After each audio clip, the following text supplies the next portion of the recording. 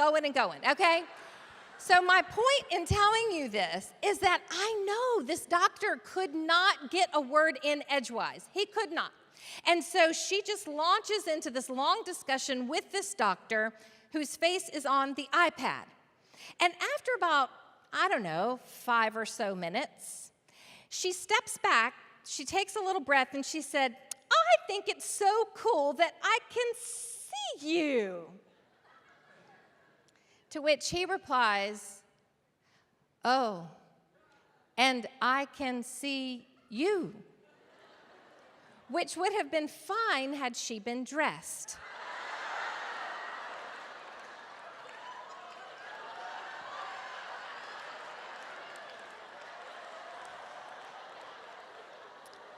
Awesome. You see, we don't like to be opposed or exposed. Now, certainly, we don't want to be exposed in that way, for sure, but we don't want to be exposed with any way, especially not physically, but not emotionally either.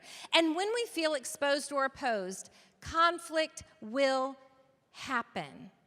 And those feelings that rise to the surface can create chaos externally and internally. And there's 4 reactions. And as I describe these reactions, I want you to think about your different relationships. And maybe you are a combination of all 4 of these. Or maybe you're just very streamlined into one. Regardless, see if you can identify with these reactions. And then listen to the verse and the advice that I'm going to give in each one so that we can have less unglued moments during this holiday season, and certainly as we enter into 2013. Number 1, the exploder who blames others. If you wouldn't have done this, I wouldn't feel this way, but because you did this, I'm justified in feeling mad, mad, mad, and you're going to know about it because it's all your fault. Now, unfortunately, I relate to this reaction type because I can be this with my kids. Recently, my oldest daughter, I have 5 kids, 2 older sons, and then my oldest daughter, I have 3 daughters. So my oldest daughter, Hope, she called me one night, and she said, Mom, can you come out to my car and help me carry some stuff in? And I was doing something that I felt was pretty important, and so I started having this little battle in my head. Half of my brain, when she requested for me to come outside and help her carry her stuff in, half of my brain thought, you are young, you are healthy, you are capable. I am busy doing something important. Carry your own stuff in. Okay, that was half of my brain. But the other half of my brain did something like this. Oh, Lisa, this is a bonding moment opportunity with your teenage daughter.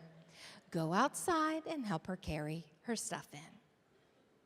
So I said to her, I would love to come outside and help you carry your stuff in. I'll be right out. So I walked to the front door, and I had my first little crisis because as I open up the door, it's raining outside. Now, this is a little difficult when your hair is emotionally allergic to moisture, okay? And so when I see that it's raining, this is going to be a very big sacrifice because when you live in a home with 5 kids, a husband, 3 dogs, and a mouse that refuses to leave your kitchen, there are no umbrellas ever, okay? So it wasn't an option. We have umbrellas. We just can't ever find them. And so it was not an option for me to take time to go find an umbrella that I probably would never find. So I knew I was going to have to walk outside in the rain to help her carry her stuff in. And it's day 1 of my hair. Now, for those of you with simple hair, you can think about your target list for just a minute. For those of you with complicated hair, you're going to really thank me for this little piece of advice. This is my hair routine. On day 1, I wash my whole head of hair.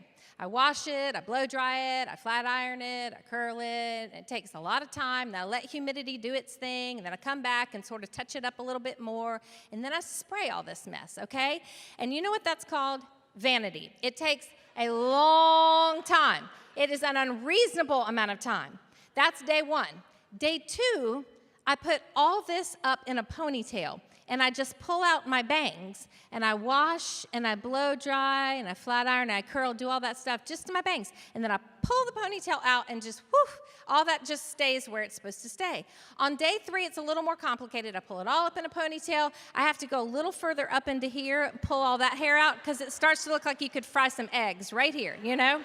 So I just pull all that out, and then I just wash this, blow dry it, do its thing, pull my ponytail out, go. Okay, so the reason why I took all that time to tell you about my hair routine is because this is day 1 of my hair.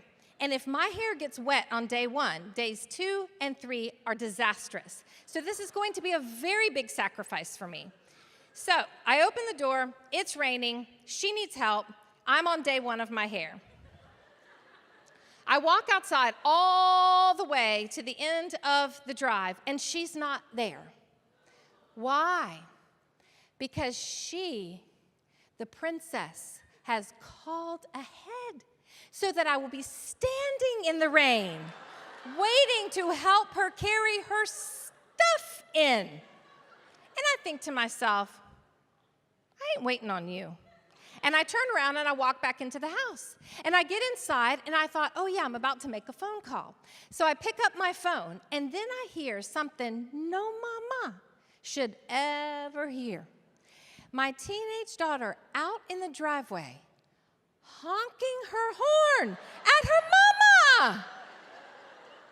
You don't honk your horn at your mama, ever.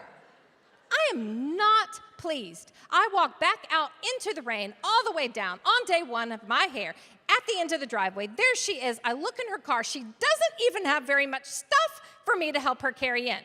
So I say to her, you with your tiny little arms, one day they're not going to be so tiny. You're going to wave like this and all this is going to start flapping underneath here. Oh, yes, it is. Oh, yes. And you are going to wish that you would have carried more packages in your lifetime. That's what you're going to wish. And let me just explain something to you. When you call and tell me to help you carry some packages in, you better be sitting in the driveway with the packages ready to go because you made me walk outside on day 1 of my hair and you made me wait for you. That ain't going to work. And then to beat all you honked your horn at your mama. Let me just say, you are acting like you have no home training at all.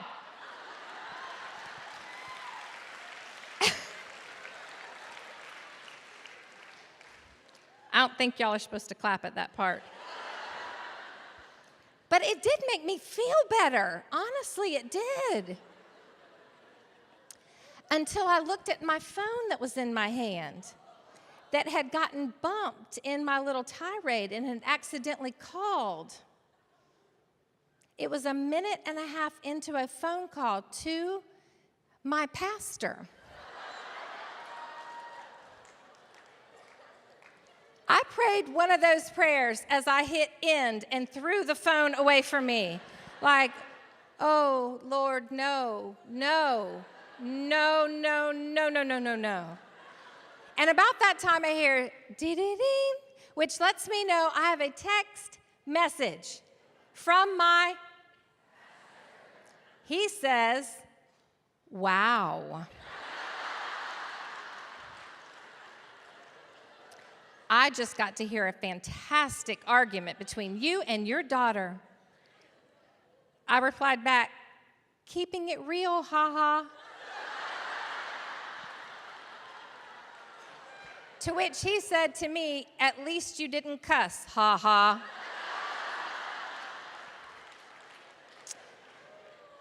Yes, you see, the exploder who blames others. Not that any of you can relate to this at all, but was it wrong for me to address some things that needed to be addressed with my daughter? No, but the way that I did it was not right. Because in essence, instead of attacking the problem, I attacked her.